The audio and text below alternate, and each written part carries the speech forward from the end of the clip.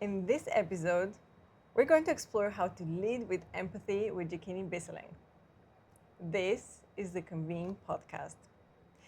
Jahkini is a global foresight leader helping organizations understand the values shaping the future of work. I'm excited to talk about empathy and cultural intelligence and how they can transform spaces and event spaces, especially to be more authentic and to foster authentic connection and to also explore what planners can really do to foster belonging across generations. So, Jahkini, thank you so much for joining us. My pleasure. Thank you for having me.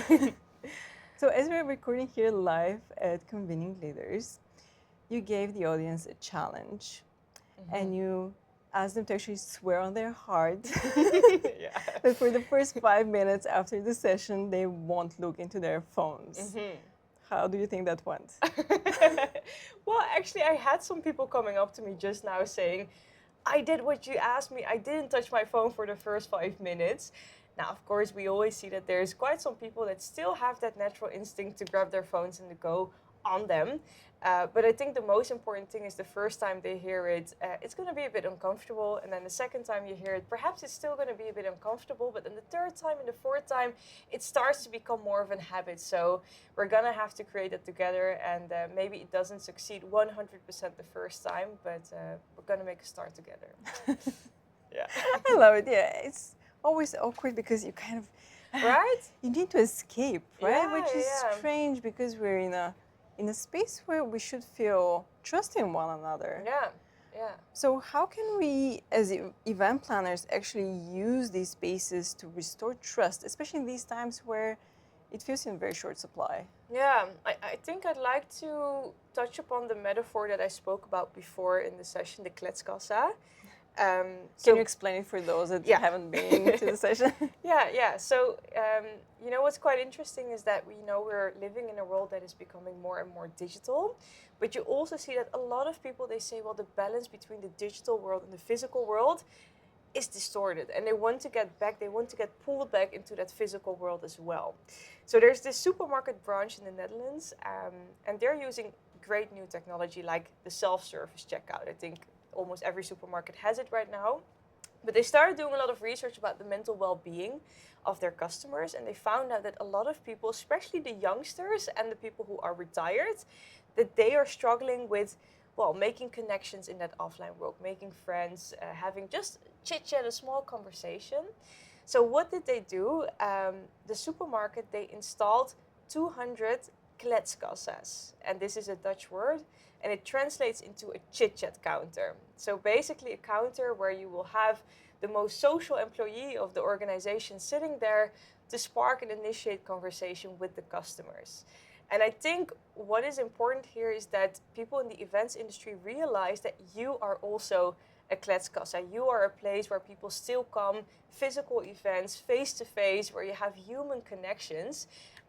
This is what young people and people in general, but especially young people, are looking for.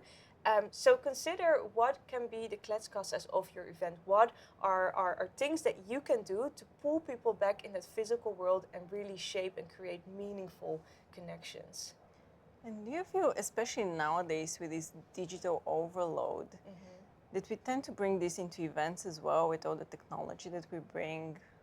What have you seen as an international speaker?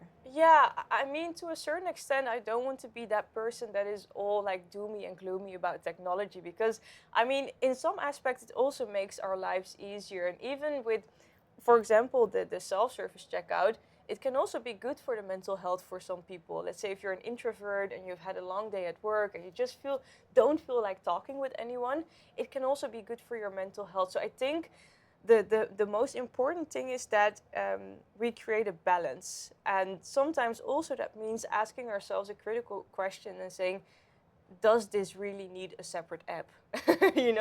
Or does this really need a separate website? Does this really need a QR code? Or can we just, print out something physically that we can touch?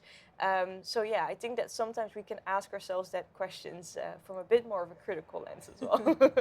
I love that. Yeah.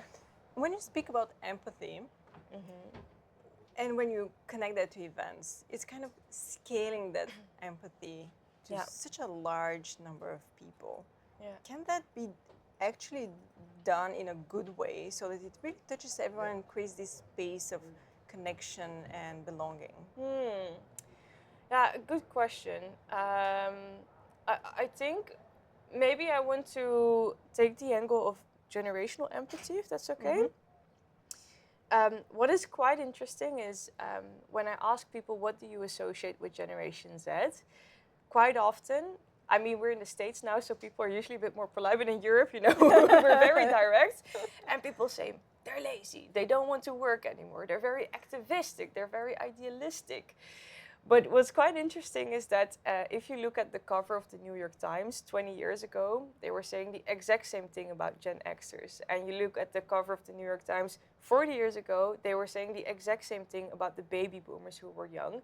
So if we really want to have this kind of generational empathy, I think it's important that we see a difference between generational characteristics and life phase characteristics.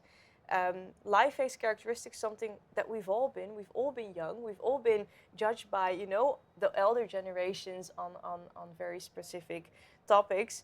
So it's good to realize that. So whenever, whenever I will be 40 and I will say about the younger generations, where is their work ethos, I have to realize, okay, perhaps this has a lot to do with a life phase characteristic that I am in and that these youngsters are in right now. To create some more empathy, I would say. Yeah. Yeah, I love that because I feel we've all been on the receiving side. Right. Yeah. Yeah, I do remember when I was starting in the industry, millennials were on What did they tell you on then? the spot, yes. Yeah. And I remember sitting in a session which was very specific to on how to understand millennials. I was, I think, the only millennial in the room, and they started saying, "So they usually have tattoos. Do you have tattoos?" And I said, "Yes." They usually do. So I fit very well in all the characteristics that they gave. And I said, but that does not define me. No. Right? Exactly. Yeah. Yeah, and that's also a good point. I mean, we can talk about generations, but we should always remember that that generation consists out of individuals. So generally, there can be some characteristics, but we're all still individuals, right? Yeah. Exactly. And that comes to cultural intelligence, right? Which you highlight often in your keynotes. It's an important trait for leaders. Yeah. And how can they use that to actually create these environments that, help that intergenerational communication, help create those spaces where, because now I think there are 5 generations in the workforce, right? So we need to work together. Yeah. Well, one thing that I really like is this idea of, well, maybe I can give 2 examples. One is a huge shadow board. So what we see, and there's some companies that you've used this quite effectively, like for example Gucci, the fashion brand. They were noticing that a lot of their people in leadership positions were getting a bit older or more experienced, to put it politely. But they were getting out of touch with this demographic that was actually consuming and buying their products. So back in that time, what they did is they set up a huge shadow board, so with a lot of particularly millennials back then, to advise the board on their vision, on their strategy, on their long-term campaigns. And I would say this also goes vice versa. So if you are a startup with a lot of young people in decision-making processes, maybe take an elderly advisory board, So just to make sure that you have the voices of those different generations represented in the most important part of your organization, the decision-making process. Yeah. How can leaders do that effectively? Because from my personal experience, we just hear the voices. We don't listen to them. Yeah. I think a few things. One of them is make that participation structural. So what we see quite often when we're trying to engage, for example, youth voices, is that it's quite easy to have them come over once a year on the goodwill of the leader. And then maybe next year there might be another leader and who doesn't really feel like doing this, and all of a sudden that participation is gone. So it's really good to make that structural. But secondly, what I think is also quite important is when you have youth representatives in a board, make sure that they are actually representative. So quite often what we see is there will be a Gen Zer or millennial, and you see this in a lot of like underrepresented groups, and all of a sudden they will start speaking for an entire generation or an entire demographic, which is like almost impossible, right? How do you do that? How can I represent the voices of all the Dutch people in an organization, of all the young people? So what is important is that you also make sure that if you have, let's say, a youth representative, that they also speak with the other young people in your organization. You can make some targets, let's say, speak with, depending on how big your organization is, 10 or 20 or maybe 100 or 2,000 young people per year or per quarter, to make sure that they actually have an idea of what's going on beyond their own experience, and that they are actually representative in the work that they are doing. Yeah. That's a fantastic idea. And also, we are noticing now that, especially Gen Z, they communicate very differently, right? Yeah. We can't hide and we can't run away from that. But how do you think that's affecting the future of networking at events? Oh, good question. Yeah, so you see that we have been communicating slightly different indeed. And a large part of that also has to do with the fact that we've been, well, basically raised with iPads and iPhones in our hands. That has really, so that has made us really good at communicating in online platforms, right? Speaking to our phones, recording videos, super natural, talented when it comes to those younger generations. But then at the same time, you also see that things like networking and creating meaningful connections in the physical world has become a bit more challenging. Now, of course, it's not like we're completely like dumb and don't know how to talk to each other, but you do see that the skills of, for example, networking, that it does come a bit more naturally to, let's say, the 35 plussers, so the older millennials, the Gen Xers, the baby boomers. So what does that mean? That means that we need more people in leadership position to, well, as I said, step into that role of a loving mentor, and also give young people that nudge as visitors of events, but also as their employees, to go out there and create the skills to be able to have those conversations and to create those deeper connections in the here and now. Have you seen good examples of that? Ooh, good question. Have I seen good examples of companies doing that? Honestly, what I do like is what you see quite often is, now this is not a company, but maybe a fun example. I'm not sure if you heard about running clubs. No, actually, I don't think No, so. running clubs? No. Okay. So what happens there is it's just people coming together, usually young people, and they are or just going out for a run with friends. And it started out as something just very fit and festive to do with your friends, but eventually it turned out to be a dating pool for young people. So a lot of young people, they are trading their dating apps and they're going to running clubs instead to form connections, to find a romantic life partner. And I think this is interesting, and I think that perhaps also organizations can learn from this. How can you become the new running club? Perhaps not to form romantic relations, but to help young people form deeper connections on a more professional level, but perhaps also more on a friendship level as well. Yeah. So how can you create those kinds of events as well for your visitors and for your employees? Sounds good.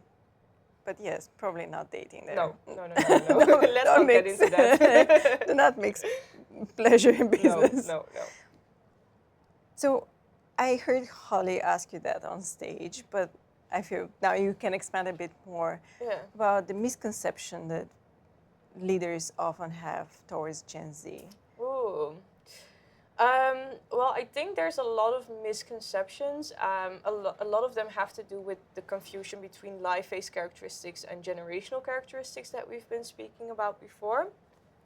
But maybe one that I find interesting that we haven't touched upon is this idea that Gen Z craves flexibility, and that we want to, well, just change jobs after every 6 months if we can.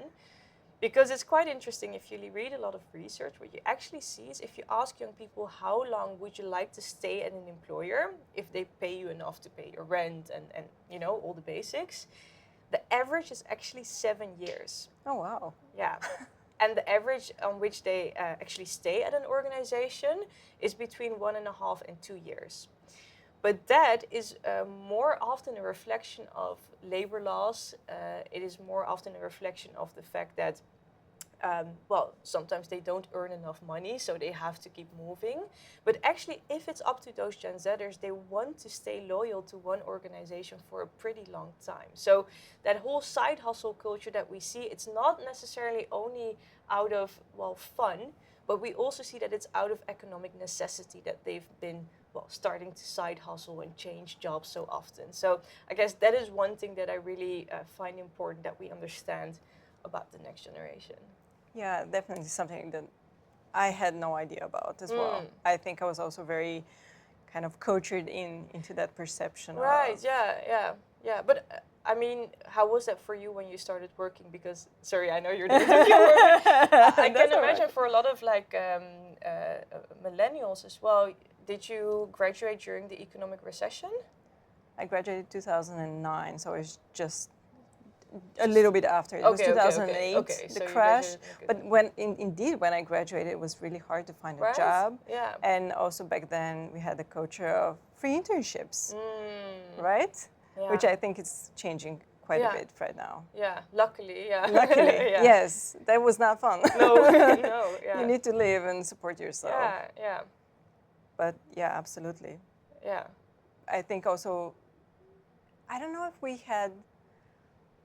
we were still, thought by the other generations, that idea of working hard, getting things done, being positive that we heard on stage also in the main stage today.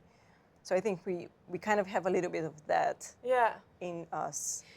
But this is a quite an interesting point, perhaps to touch upon as well, because we see that there can be a bit of a generational friction, right, on how we deal with challenges on the work floor. But a lot of that also has to do with the type of crises that you experience in your formative years.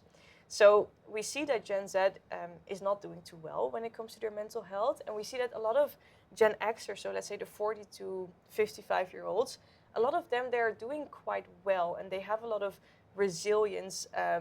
But this has to do with the crises that they experience in their formative years. So if we just look at, for example, a few of the crises that people have experienced in Europe and in a lot of Western European American countries. You can think of things like Chernobyl, you can think of the Cold War, you can think of the hole in the ozone layer, you can think of the millennium bug. And if you look at all those crises, Chernobyl, it was a big disaster in the region, but it wasn't a nuclear disaster for all, as some people expected, right? Some experts. Cold War, also really tense, really like bad for the mental well-being of a lot of youngsters back then. Eventually, against the expectations of experts, nothing happened in Europe. Now, the hole in the ozone layer, a climate problem, and they have the experience that it can be fixed. They used technology, they used resources, they used a lot of hard work, but it was fixed. And the millennium bug, well, eventually nothing happened. Yeah. So a lot of them, they have the experience that a crisis can come to an end or that nothing happens or you just have to work really hard and things will resolve themselves. So that is also why they are usually left with this attitude of work hard and stay positive and everything will be okay. Whereas a lot of Gen Zers, they haven't had that experience yet to go through a crisis and to also experience that a crisis can come to an end. Yeah.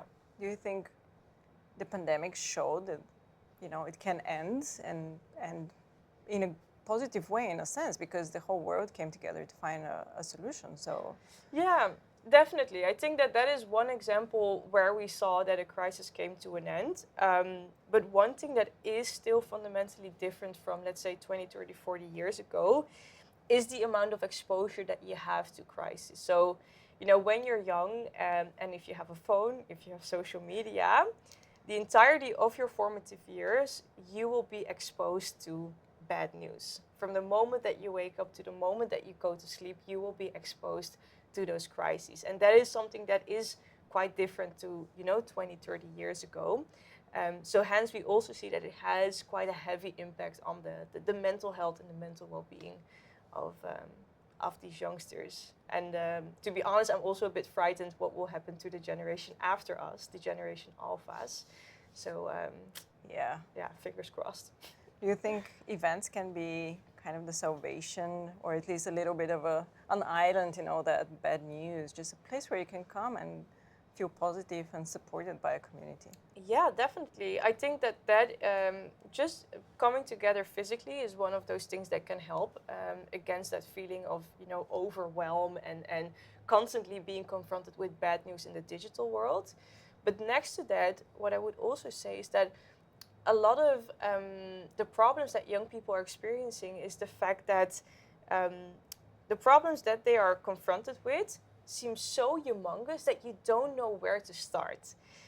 And I think if you really want to help them, and I know that, for example, PCMA also has a mission to really focus on, for example, sustainability and inclusion, is make it actionable.